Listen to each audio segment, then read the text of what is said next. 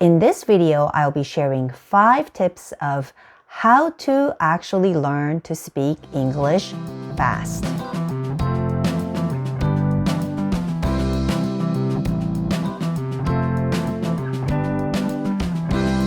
Hi there! Welcome to Erin's English Corner.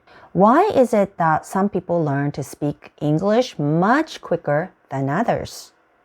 According to the common consensus, it typically takes anywhere between 70 hours to over 1,100 hours to learn conversational English.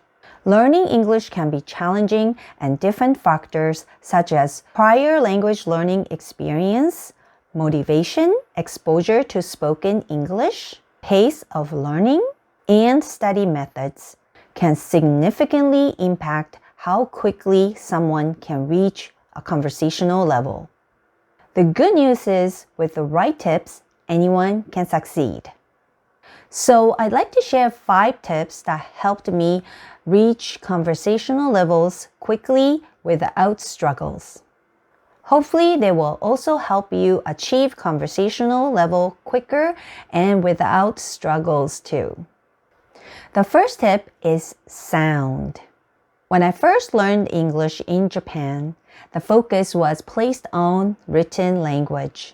So there was close to zero emphasis placed on English sounds, and we have never had any lessons to learn English sounds specifically. But sound is actually a core element that makes up a language. In other words, it's the foundation of learning a language. One of the reasons many English learners don't understand spoken language is because they cannot pick up the pronunciation. So when we train our ears to be able to pick up English sounds, our listening skills improve, and so does our speaking. Alright, tip number 2 is to learn grammar rules and vocabulary in context or stories. Never learn vocabulary and grammar rules by itself. At school, we used to have regular vocabulary and grammar tests. But the way I learned English grammar rules and vocabulary was from the stories in the textbook. So any vocabulary that was not mentioned in the story, I had a hard time retaining them. I remember I used to cram those few days before the vocabulary test with as many vocabulary as possible, trying to memorize all of them. But after the test, I would forget them all. Whereas those vocabulary I learned in the story, not only that I had no problem retaining them, but I was also able to use them. Now for grammar rules, instead of memorizing the rules, what I did was learning from the patterns of the sentences in the stories. As I read aloud the stories over and over, which by the way is tip number 4 that's coming up, I naturally became familiar with the patterns of the sentences and how they were used in a certain context. In other words, instead of memorizing grammar rule, subject plus be verb plus from plus noun to show locations, and then apply this grammar rule to form the sentence, I am from Japan. For example, I first learned the sentence, I am from Japan. Then I noticed the pattern of subject plus be verb plus from plus noun that indicates location. Did you catch that? I said I noticed, meaning I didn't try to memorize the order of the word. So instead of trying to memorize the grammar rules, let the different patterns of sentences come into your brain and be stored there naturally by exposing yourself to different patterns of the sentences repeatedly. When you learn vocabulary and grammar rules this way, they're not just something boring that you have to do when you study English, but rather they're something practical and useful, and we can use them to express ourselves and to connect with others. Hope that makes sense. Now, tip number 3 is Don't translate back to your native language or any other language that you're more comfortable with. What do I mean by that? Think about how you learned or are learning English for a moment. Are you writing down the meaning of English words in your own native language? Are you translating English sentences and writing down the meaning in your own native language? I get it because I learned English the same way too. Like I said, the main purpose of learning English back then was to get a high score on exam. So I would always think in Japanese to understand English. In other words, I understood English through Japanese. What does this mean in Japanese? How do you say certain Japanese word in English? The problem with that is, first of all, it slows you down. As you learn the habit of translating English back to your native language, it takes longer for you to process and to speak English. Another reason is language is part of culture. So oftentimes, you will not be able to find a word that's perfectly translated that's equivalent to the word that you want to say in your native language or vice versa. So if you heavily rely on translating back to your native language to understand English, when that happens, you get stuck. I'm sure we all have experienced that. And lastly, when you always think in your native language, you're kind of hindering English from coming into your brain. It's like there's a wall that blocks English from entering into your brain. So the best way is to absorb English the way it is. Yes, I understand if you are a beginner, you do have to rely on translation to understand it first. But as you learn more English, it is helpful, and I think it should be your goal to minimize using your native language to understand English as much as possible if you want to learn to speak English fast. For example, let's look at this sentence. My sister came to visit me from Taiwan this Christmas holiday. If I were to translate this in Japanese to understand it, the word order would be this Christmas holiday. My sister from Taiwan, me, came to visit. As you can see, Japanese and English grammar is sort of backwards. They don't have the same order. So instead of shuffling the word to translate into understandable Japanese sentence, what's easier and more helpful is to understand English sentences in its order. My sister tells you who. Came to visit tells you what she did. Me tells you whom she visited. From Taiwan tells you where she came from. And this Christmas holiday tells you when. As you can see, when you learn English this way without translating, you are actually training your brain to process the information in the order it's presented in English. This is a good way to train your brain to think in English.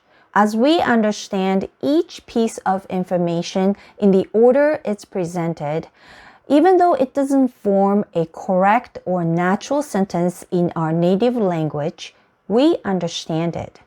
A basic English sentence structure is who did what, following by more information and details to explain that, like a train.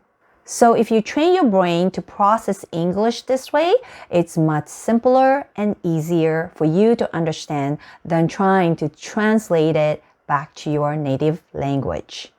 Let me know what you think about this strategy in the comment below. All right, let's move to tip number 4. Tip number 4 is read aloud. Here's the secret. If you want to be able to speak English, you do have to practice speaking English a lot. Many English learners are having a hard time speaking English simply because they don't have enough practice. Going back to my memory of learning English in Japan, most students would just repeat after the teachers once or twice in class, and that's it. And that's why maybe you are able to score really high on an English test, but you're not able to speak English. And so reading aloud is a must. You have to read aloud over and over and over and over until you almost memorize it. I've heard another teacher said, until you feel like throwing up. An effective way to read aloud, however, involves more than simply reading the text out loud. For more on this, you can watch this video where I share more details. So remember, the more you practice, the more it'll help you to speak English quicker. Last but not the least, tip number 5 is don't learn English. Instead, learn in English. I don't know why you're learning English, so it depends on your purpose of learning English, but generally speaking, when you learn something in English, it deepens your English knowledge and speeds up your English learning. For example, when I became pregnant with my first son, I bought a book called What to Expect When You're Expecting. I also signed up for a newsletter. It has a picture of what the baby looked like on that week, how much they weigh, what's developing at that stage, what I need to be careful about, what to expect in terms of symptoms, what I can expect in terms of the changes that will happen in my body, what to eat, what I will likely experience, and other tips and advice to stay healthy and happy. From the book and the newsletters, I learned all the words, phrases, expressions that I can use to talk about pregnancy when I had a conversation with my friends who were also pregnant.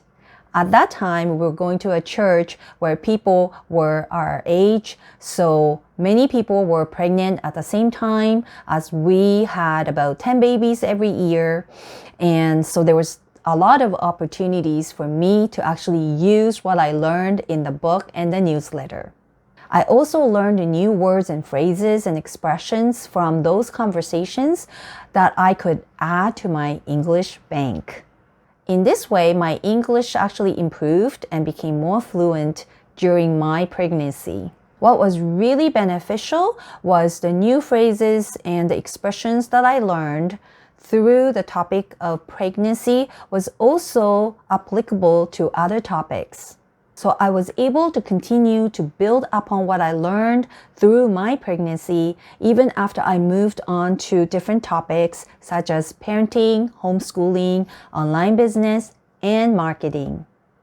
As you can see, learning something that is relevant to what you're going through or what you're interested in English is more practical and useful than learning English that you might not use at all. So think about what you would like to learn and what interests you or what you need to learn right now, and learn those topics in English instead. There you have it. All these tips play important roles in learning to speak English. Let's recap the tips that we talked about in this video today before we go. Tip number 1 is to learn English sounds and be familiar with it. Tip number 2 is to learn grammar rules and vocabulary in context. Tip number 3 is don't translate into your native language. Tip number 4 is to read aloud over and over and over until you're very comfortable saying those sentences. And tip number 5 is to learn different topics in English. With these tips, along with consistent practice and the right strategies, you will learn to speak English much quicker and with less struggles. Let me know in the comment below which one was your favorite tip and which tip you would like to implement today. You're also welcome to share with me your own experience with any of the tips as well. If this video was helpful, please like, subscribe, and share with your friends. Remember, I'm cheering you on You've got this. Thank you so much for watching. Until next time, God bless.